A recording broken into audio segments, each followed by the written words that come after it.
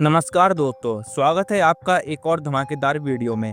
आपने Balakot air strike का नाम तो सुना ही होगा। उसके बाद हाल ही में ऑपरेशन सिंदूर भी हुआ, जिसमें हमारी इंडियन एयरफोर्स ने अपनी ताकत दिखा दी। इन दोनों ऑपरेशंस में एक चीज़ कॉमन थी और वो होता है एयरफोर्स के एवॉक्स एयरक्राफ्ट, जिन्हें हम साधारण भाषा में हवा में उड़ते रडार भी कह सकते हैं। अब शायद आपके मन में सवाल आ रहा होगा कि आखिर ये एवॉक्स इतना खास क्यों है, तो चलिए पहले ये समझते हैं। असल में एवॉक्स एक ऐसा एयरक्राफ्ट होता है जो आसमान में उड़ते उड़ते दुश्मन की हर हरकत पर नजर रखता है।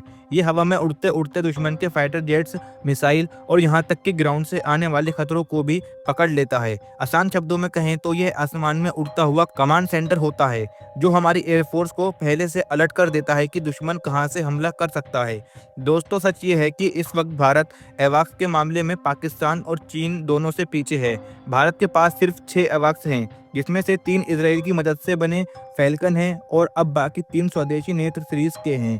लेकिन जरा सोचिए, इतने बड़े देश का आसमान जिसमें पाकिस्तान और चीन दोनों की सीमाएं आती हैं, तो उसमें सिर्फ 6 एवॉक्स कैसे कवर कर सकते हैं। अब जरा आंकड़े सुनिए। पाकिस्तान के पास करीब 8 से 10 एवॉक्स हैं, वहीं चीन के पास लगभग 40 एवॉक्स मौजूद हैं। जी हाँ, तो दोस्तों ये तो साफ है कि नंबर के मामले में हम बहुत पीछे हैं।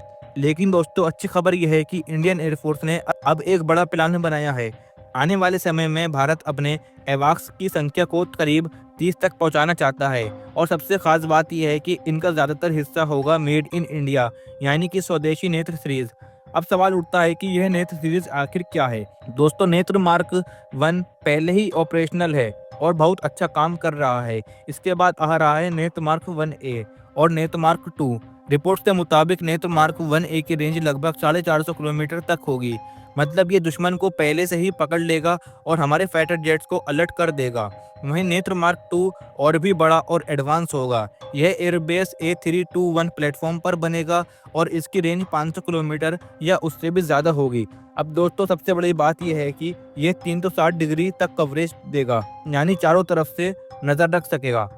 अब सोचिए, अगर भारत के पास 12 से ज़्यादा नए एवॉक्स जुड़ जाते हैं, तो हमारी एयरफोर्स दुश्मन के किसी भी प्लान को पहले से पकड़ लेगी और उसे नाकाम कर देगी। यही वजह है कि डिफेंस एक्सपर्ट्स मानते हैं कि भारत को कम से कम 20 एवॉक्स तो चाहिए ही चाहिए, ताकि पाकिस्तान और चीन दोनों फ्रंट पर एक साथ निगरानी रखी जा सके। दोस्तों, आपने देखा ही होगा कि आज की लड़ाई सिर्फ ज़मीन पर नहीं होती, अब लड़ाई इंफॉर्मेशन की होती है। जिसे पहले दुश्मन की चाल का पता चल जाता है, वही जीत के एक कदम और आगे बढ़ जाता है, और इसी वजह से एवॉक्स को गेम चेंजर कहा जाता है। याद कीजिए, ऑपरेशन सिंदूर के दौरान पाकिस्तान के 2 एवॉक्स को नुकसान हुआ था। इनमें से एक को हमारी S-400 मिसाइल ने आसमान में मार गिराया और दूसरा उनके एयरबेस पर ही ब्रह्मोस मिसाइल से तबाह कर दिया गया। यह दिखाता है कि हमारी क्षमता क्या है। लेकिन अगर हमारी संख्या बढ़ेगी तो हमारी ताकत और कई गुना बढ़ जाएगी। अब चीन की बात करें तो उसके पास ज़्यादा एवॉक्स हैं, लेकिन उसे सिर्फ भारत के लिए ही नहीं बल्कि इंडो पैसिफिक रीजन में अमेरिका, जापान और बाकी देशों के खिलाफ भी उनका इस्तेमाल करना पड़ता है। यानी उसके सारे एयरक्राफ्ट एक ही जगह इस्तेमाल नहीं हो सकते। यही हमारे लिए एक प्लस पॉइंट हो सकता है। भविष्य में अगर भारत के पास 24 से 30 अवकाश आ जाते हैं, तो हमारी एयरफोर्स आसमान से लेकर ज़मीन तक दुश्मन की हर चाल को पहले से ही पहचान लेगी। इतना ही नहीं, इंडियन नेवी को भी इससे मदद मिलेगी, खासकर इंडियन ओशन रीजन में। तो दोस्तों, साफ है कि आने वाले समय में ये स्वदेशी नेत्र सीरीज हमारे लिए सिर्फ टेक्नोलॉजी नहीं बल्कि सुरक्षा की ढाल साबित होगी। आपको क्या लगता है, क्या 30 एवॉक्स भारत की ज़रूरत को पूरा करने के लिए काफ़ी होंगे या हमें और ज़्यादा चाहिए? अपनी राय कमेंट में ज़रूर बताइए।